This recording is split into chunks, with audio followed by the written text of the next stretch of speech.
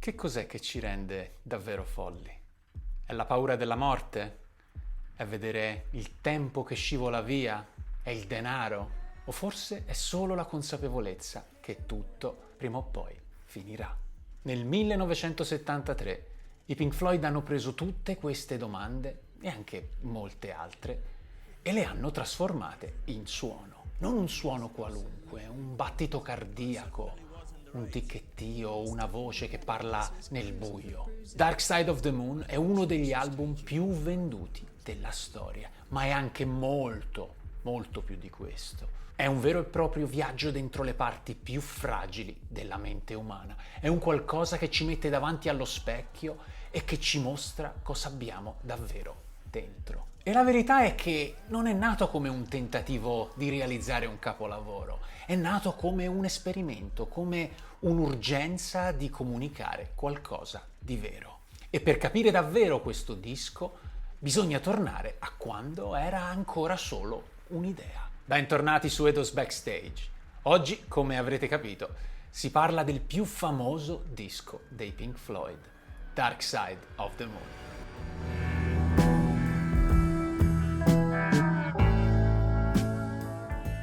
1971.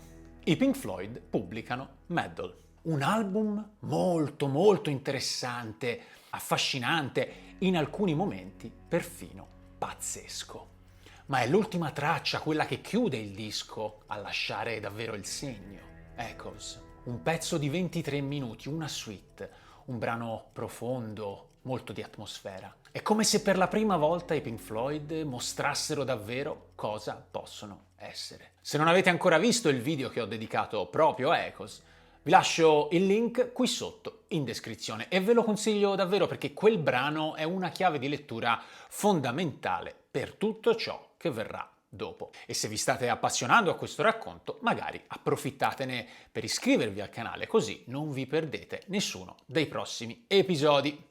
L'album in sé, Meddle, è già più coeso, più emozionante, più album. E certo, Echoes non è ancora Dark Side, ma è qualcosa di grandioso. E allora nel 71 la domanda è quasi inevitabile, ma quindi i Pink Floyd sono questo? Sono Echoes? È questo quello che dovranno aspettarsi i fan da qui in avanti?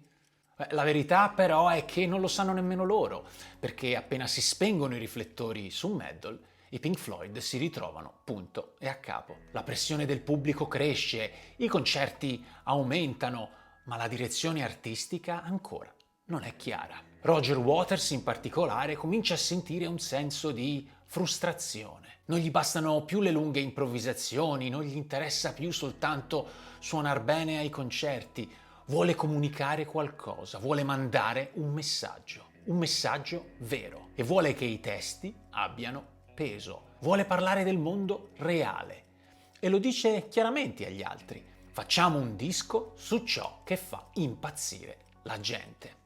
Non credo che abbiate capito, Roger non intendeva facciamo un'analisi di mercato e sfruttiamo il trend che più entusiasma i consumatori, lui parlava proprio in senso letterale.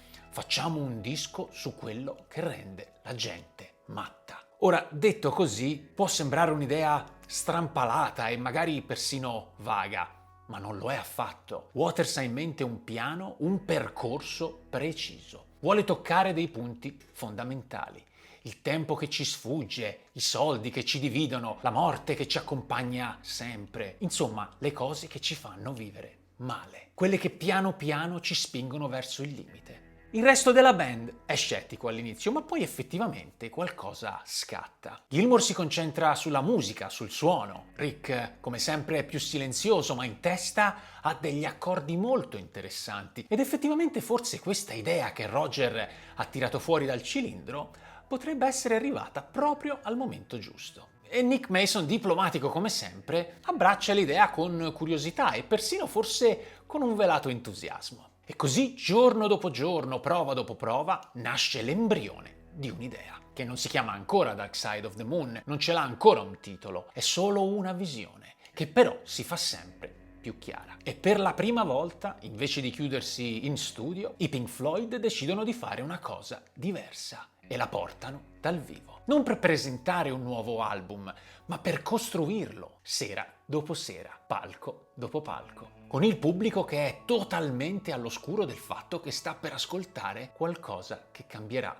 tutto. Dal gennaio 1972 i Pink Floyd iniziano a portare in tour un progetto che ancora non ha un nome definitivo. Lo chiamano Eclipse, A Piece for Assorted Lunatics, un pezzo per matti assortiti. Un titolo provvisorio, volutamente ironico, ma perfettamente in linea con l'atmosfera che circonda l'intero progetto, perché in quel momento tutto è ancora in costruzione. Non ci sono copertine, non c'è un comunicato stampa, non ci sono versioni definitive dei brani, ma ogni sera qualcosa prende forma. La band presenta l'intero concept dall'inizio alla fine. È già una suite, un flusso continuo di musica. I brani cambiano di data in data, mutano, alcuni si allungano, altri si accorciano. I titoli sono ancora quasi tutti provvisori, ma il cuore è già lì. Il debutto ufficiale del progetto è il 20 gennaio 1972 al Brighton Dome. Quella sera Eclipse viene suonato per la prima volta davanti a un pubblico.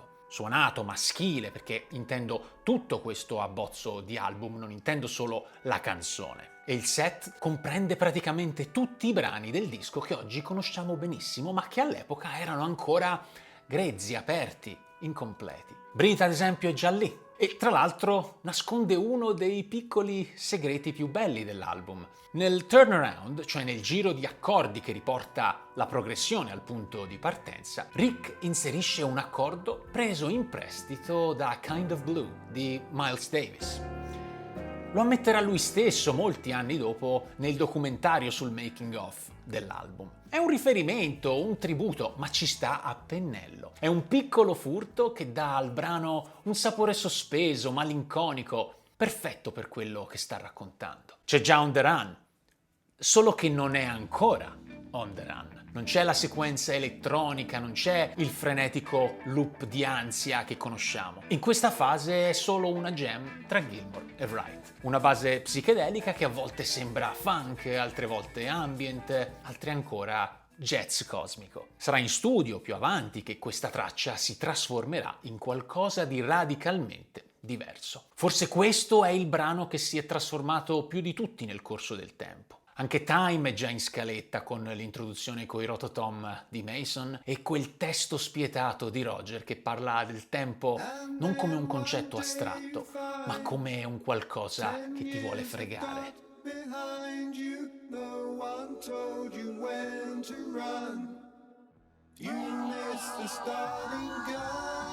E un giorno ti svegli e ti accorgi che sono passati 10 anni.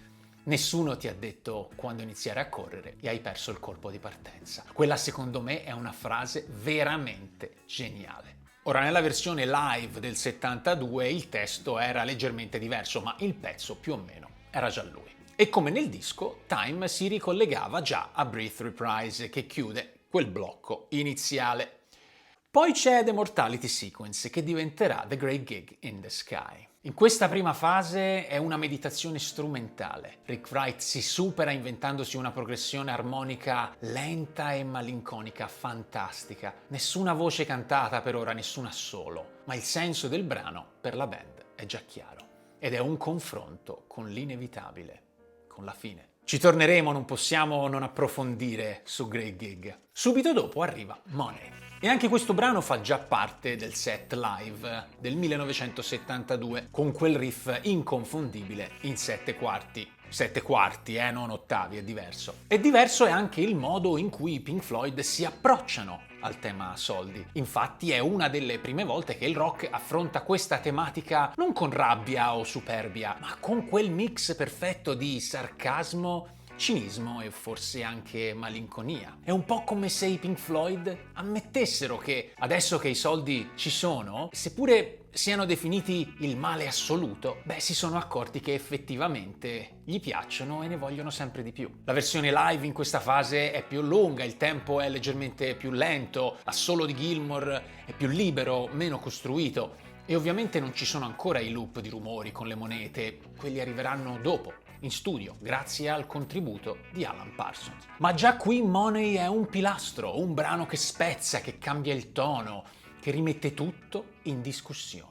Poi c'è Us and Them, ma per capire davvero questo brano bisogna tornare un paio d'anni indietro. Nel 1969 Rick Wright scrive una composizione chiamata The Violent Sequence per la colonna sonora di un film, Zabriskie Point, di Michelangelo Antonioni. La scena è quella di una protesta, uno scontro sociale. Antonioni ascolta quello che la band gli propone, ma declina. Dice che è troppo triste, che non funziona. E così The Violent Sequence finisce nel cassetto. Fino a quando, 3 anni dopo, Wright riprende quella progressione armonica, la rallenta, la scolpisce e Waters ci scrive sopra uno dei testi più profondi di tutto il disco. Us and Them è una riflessione sull'incomunicabilità, sulla divisione, sui contrasti, sui muri invisibili che separano la gente. E nel tour del 1972 il brano è già lì, quasi finito, pianissimo nelle strofe, esplosivo nei ritornelli. Dopo Us and Them i concerti proseguono con una lunga sezione strumentale. È una jam senza nome, a volte viene chiamata Funky Dung, a volte Scat Section,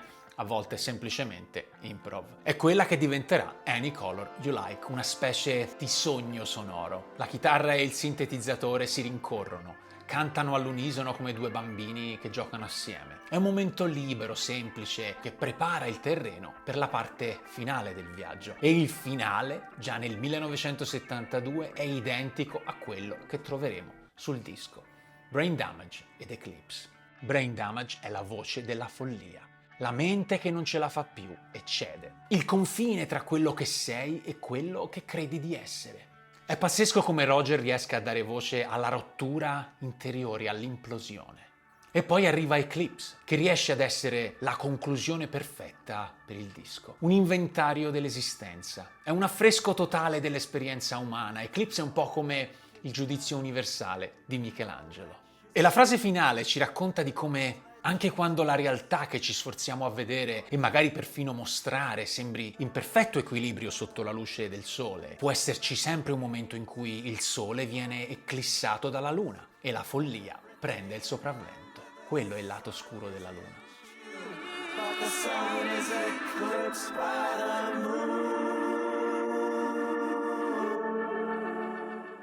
Ragazzi, Roger ha scritto questi testi a 29 anni, ma sono testi molto più maturi rispetto a ciò che ci si potrebbe aspettare da un giovane, tanto che 50 anni dopo, a quasi 80 anni, Waters li ricanterà, li rileggerà nel suo Dark Side of the Moon Redux. E questi testi avranno la stessa identica credibilità, lo stesso significato. Io questo lo trovo incredibile. Ok, fine del concerto, fine del viaggio. Ma il disco, quello vero, non è ancora stato registrato, non esiste ancora. O meglio, esiste solo su un palco. E quindi? E quindi ora si va a Abbey Road. Se questo video vi sta piacendo e non siete ancora iscritti, ok, dopo mesi e mesi passati a costruire il disco sera dopo sera nei teatri e nei palazzetti d'Europa e del Nord America, i Pink Floyd sono finalmente pronti. Hanno portato in tour qualcosa che non aveva nemmeno un titolo definitivo, ma che ormai, concerto dopo concerto, è diventato un qualcosa di tangibile, una visione chiara. Adesso è il momento di dargli una forma definitiva. E così a partire dal giugno del 1972 i Pink Floyd entrano agli Abbey Road Studios, un luogo familiare per la band, c'erano già stati, lì dove in ogni angolo si respira storia, un posto che ti regala sempre un'ispirazione per creare un qualcosa di incredibile. A curare la parte tecnica c'è un giovanissimo ingegnere del suono, un tecnico di nome Alan Parsons. Ha solo 24 anni, ma ha già lavorato con i Beatles ed è noto per 2 doti rare: la precisione assoluta e una fantasia sonora fuori dal comune. E Dark Side of the Moon lo capisce subito, non è un disco normale e Alan si dimostrerà all'altezza della prova e tra poco vedremo perché. Intanto Waters vuole che ogni brano sia connesso all'altro, non solo musicalmente, concettualmente. E per dare coesione al tutto, decide di registrare una serie di brevi interviste. Scrive delle domande su alcuni fogli e le sottopone al personale dello studio. Domande semplici ma profonde. Hai paura della morte? Quando è stata l'ultima volta che hai litigato con qualcuno? Avevi ragione? Sei stato violento? Niente domande sulla musica o sulla band, solo emozioni, istinto, verità. Le voci registrate verranno poi sparse nei brani in alcuni momenti chiave dell'album. La voce iniziale che sentiamo in Speak to Me, ad esempio, è Chris Adamson, uno dei road manager della band. Perfino Paul e Linda McCartney furono intervistati, ma furono scartati. Sì, i Pink Floyd scartarono Paul McCartney. Troppo preparato, troppo personaggio. Volevano voci autentiche, gente vera, perché Dark Side non parla dei Pink Floyd o dei Beatles o della Elite, parla di tutti noi e a tutti noi. Finalmente le canzoni iniziano a prendere la forma che tutti oggi conosciamo. On the Run era una jam libera, improvvisata tra chitarra e tastiere, ma in studio cambia completamente. Gilmour e Waters prendono un synth HPS, un sintetizzatore portatile, e ci costruiscono sopra un loop che velocizzato e filtrato, un po' come fanno i DJ oggi, diventa ossessivo, angosciante.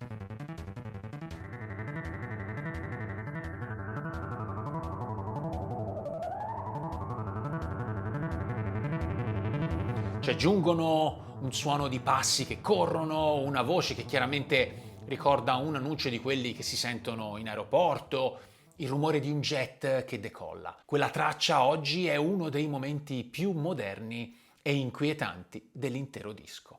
Rappresenta la frenesia, le pressioni e sembra anticipare l'elettronica di almeno 20 anni. Anche Great Gig in the Sky rinasce in studio. Wright aveva composto una bellissima progressione al piano, ma Roger voleva qualcosa di più, un'esplosione emotiva. Allora Alan Parsons chiama Claire Torrey, una cantante professionista con cui lui collaborava stabilmente. Le spiegano che vogliono raccontare qualcosa sulla morte, ma senza usare parole. E lei improvvisa 2 take. Urla, sussurra, singhiozza con la voce. Quando finisce si sente in imbarazzo e dice: scusate, ho fatto schifo. Sì, ok, del resto però non è una roba che ti viene richiesta tutti i giorni, no? Quindi è anche normale che Claire Torrey fosse insicura su quello che aveva tirato fuori e persino su quello che davvero la band volesse. E loro, i Pink Floyd, non erano neanche stati troppo chiari su cosa gli servisse, quindi era un po' un salto nel buio. Ma la band, riascoltando già la prima take, si rende conto immediatamente che quell'incisione, quel pezzo, quell'urlo angosciante, pieno di sentimento, di significato, riassume perfettamente ciò che il brano doveva trasmettere. Claire Torrey, uscendo dalla sala di incisione, si scusa, ma in realtà ha appena inciso uno dei momenti vocali più potenti e strazianti della storia della musica.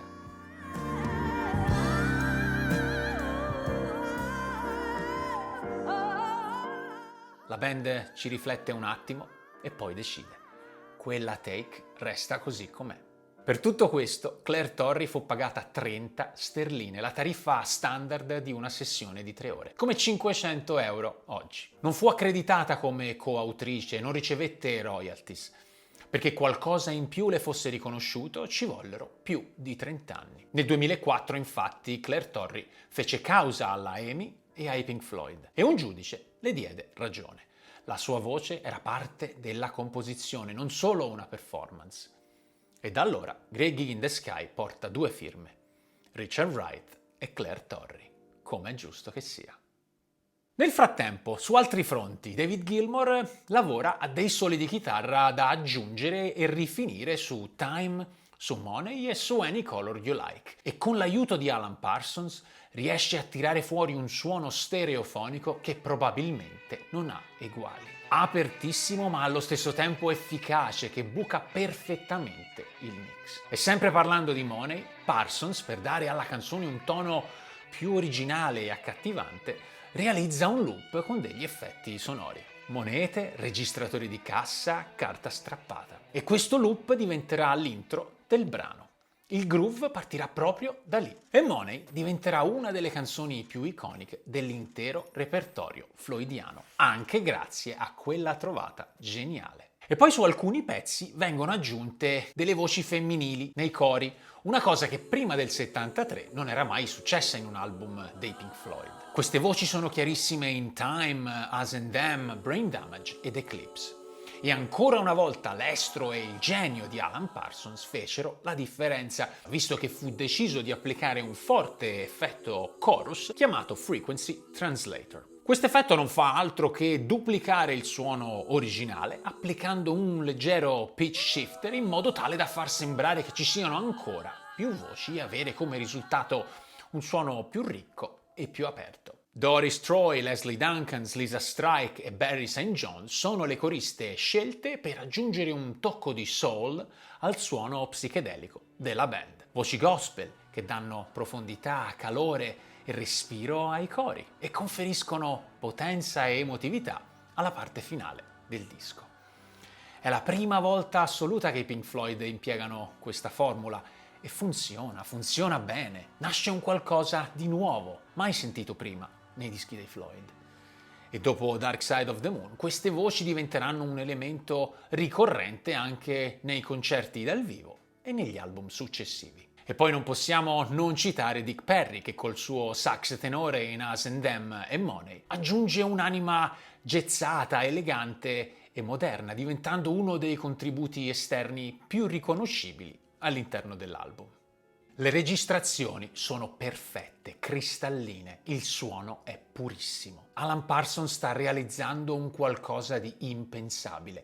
La qualità sonora è assolutamente all'altezza dell'album stesso. I Pink Floyd a Abbey Road non stanno semplicemente registrando un disco, stanno facendo la storia, raccontando la società, dissezionando la mente umana e mostrandocela per quello che è, senza censure, senza veli. Lo abbiamo detto prima, vogliono creare qualcosa che parli direttamente alla mente e al cuore dell'ascoltatore e per farlo nulla può essere lasciato al caso. Alan Parsons è il collante perfetto per questa visione. Ha una mente tecnica ma anche un'innata sensibilità artistica e proprio questa sua doppia natura lo rende ideale per accompagnare la band in un viaggio così ambizioso. Ogni dettaglio sonoro è curato con una precisione maniacale. Ogni traccia ha una funzione, un significato e il mix finale è pensato come un continuum.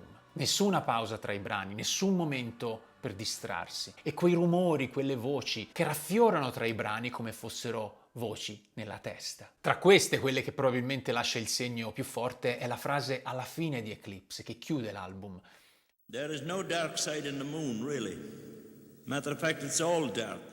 Non è un attore, non sono battute scritte a tavolino, è reale. È Jerry, il portiere dello studio, e l'intero album è costruito come un cerchio. Si comincia e si finisce dal battito del cuore e si ritorna sempre al punto di partenza, come un'intera vita vissuta in un'ora scarsa. Ed è proprio questa struttura, questo continuo rincorrersi di suoni, di pensieri, di paure, che rende Dark Side of the Moon così diverso da tutto quello che c'è stato prima. E non solo nel rock, perché sì, è un disco rock, ma è anche tanto, tanto di più. Alla fine delle sessioni, dopo mesi di prove, correzioni, registrazioni e tagli al millimetro, The Dark Side of the Moon è finalmente completo. C'è una storia confermata più volte dalla band che racconta il momento esatto in cui Pink Floyd si sono seduti a Abbey Road, hanno abbassato le luci della regia e hanno premuto play. Era la prima volta che ascoltavano il disco tutto intero dall'inizio alla fine. Tutto quello su cui avevano lavorato era lì, davanti a loro.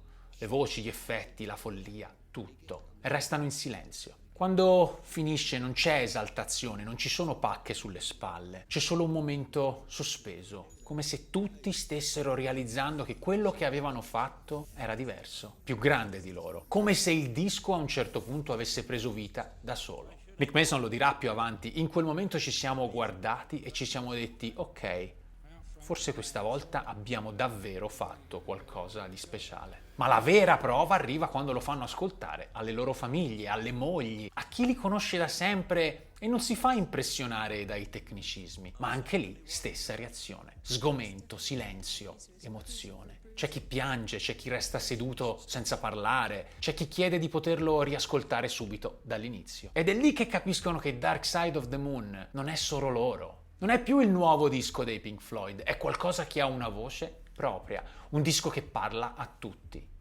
E quindi si arriva al momento della pubblicazione. È il 1° marzo del 1973. L'album esce nel Regno Unito per la Harvest Records, mentre negli Stati Uniti esce il 10 marzo per la Capitol. Niente foto della band in copertina, nessun titolo in grande, solo un prisma nero, un raggio di luce e i colori dello spettro. E nella parte interna della confezione l'ECG, il battito del cuore. Un'immagine semplice ma potentissima. Il concept è di Storm Thornton e dello studio Hypnosis e l'esecuzione grafica è firmata George Hardy. Un simbolo che diventerà l'icona dei Pink Floyd. È uno dei loghi più riconoscibili della storia della musica. E quando il disco arriva nei negozi, effettivamente qualcosa succede. Le copie iniziano a sparire dagli scaffali. I giornali ne parlano con parole più che entusiastiche, ma soprattutto la gente lo ascolta tutto, dalla prima all'ultima traccia. Qualcosa che oggi nel mondo delle playlist e dei singoli sembra assurdo. La gente lo mette su, spegne le luci, si stende sul letto e resta lì, ad ascoltare, a farsi attraversare. Il successo è immediato. Ma quello che stupisce di più è che non si ferma. Settimana dopo settimana, mese dopo mese, Dark Side of the Moon continua a vendere e anzi comincia una scalata alle classifiche che non finirà per decenni. Negli Stati Uniti resterà nella Billboard 200 per 15 anni consecutivi, un record assoluto. Nel mondo venderà oltre 50 milioni di copie e ancora oggi, ogni anno, se ne vendono a centinaia di migliaia. Ma i numeri, incredibilmente, non sono la cosa più importante, perché questo non è solo un disco che ha venduto tanto, è un disco che ha creato un legame emotivo con chi lo ha ascoltato, ha fatto compagnia, ha consolato, ha ispirato, è diventato la colonna sonora della vita di milioni di persone. E ancora oggi lo è, e cambiò tutto. Fino a quel momento i Pink Floyd erano una band di culto, rispettata, curiosa, visionaria, ma anche considerata da molti ancora di nicchia. Con questo disco tutto cambia. Dark Side of the Moon segna l'inizio di una nuova idea di album, non più una raccolta di canzoni, ma un'esperienza, un viaggio, concepito in maniera cinematografica e montato con precisione chirurgica, proprio come un film. E proprio come un film parla a tutti. È sofisticato, eppure accessibile, è sperimentale, eppure universale. La sua forza sta proprio qui. Dark Side riesce ad abbattere ogni confine e nel farlo trasforma i Pink Floyd nella più grande band del pianeta. Da lì in poi ogni concerto sarà un evento, ogni nuovo disco sarà atteso come una rivelazione. Ma anche loro, come esseri umani, non saranno più gli stessi. L'album che parla di stress, tempo, denaro e follia li catapulta proprio dentro quel meccanismo. Fama planetaria, soldi a palate, aspettative immense, stadi pieni, ma anche tensioni, incomprensioni e nuove pressioni. Un paradosso? Forse, ma anche una prova tangibile che le vere opere d'arte, i veri capolavori, nascono quando racconti qualcosa che conosci da vicino. E Roger Waters lo dirà anni dopo. Pensavamo di parlare degli altri, ma stavamo parlando di noi. E la cosa straordinaria è che Dark Side ha continuato a parlare di tutti. Ogni generazione lo ha riscoperto, ogni formato, ogni master, vinile, cassetta, CD, surround, digitale, Atmos. Eppure ogni volta resta uguale a se stesso, intatto, perfetto. Per molti è diventato un rituale, il primo disco ascoltato con le cuffie serie, il primo viaggio sonoro notturno, il primo disco ascoltato sul nuovo impianto hi-fi. Dark Side of the Moon è un capolavoro, un'opera che ti guarda negli occhi, che ti interroga, che ti mette davanti alle tue paure più nascoste e lo fa con bellezza, con poesia, con l'intelligenza di chi non ti dà una risposta, ma ti lascia con la domanda giusta. Cosa ci rende davvero folli? Il tempo? Il denaro? La morte? Sta a te decidere. Ma intanto, mentre ci pensi, Dark Side continua a suonare e il mondo continua a girare con o senza di te. E dopo 50 anni, Dark Side non è invecchiato di un secondo. Continua a parlarci ogni volta, continua a mostrarci a noi stessi per quello che siamo davvero. Con quelle voci che tornano a trovarci come vecchie ossessioni che non ci lasceranno mai, perché fondamentalmente la follia è dentro ognuno di noi. Se questo video vi è piaciuto, lasciate un like, condividetelo e se non siete ancora iscritti, magari iscrivetevi al canale. Anzi, vi do una piccola anticipazione, parleremo ancora di Alan Parsons, visto che ci sono appena stato in tour. Io come al solito vi abbraccio fortissimo e vi do appuntamento al prossimo episodio, sempre qui su Eidos Backstage.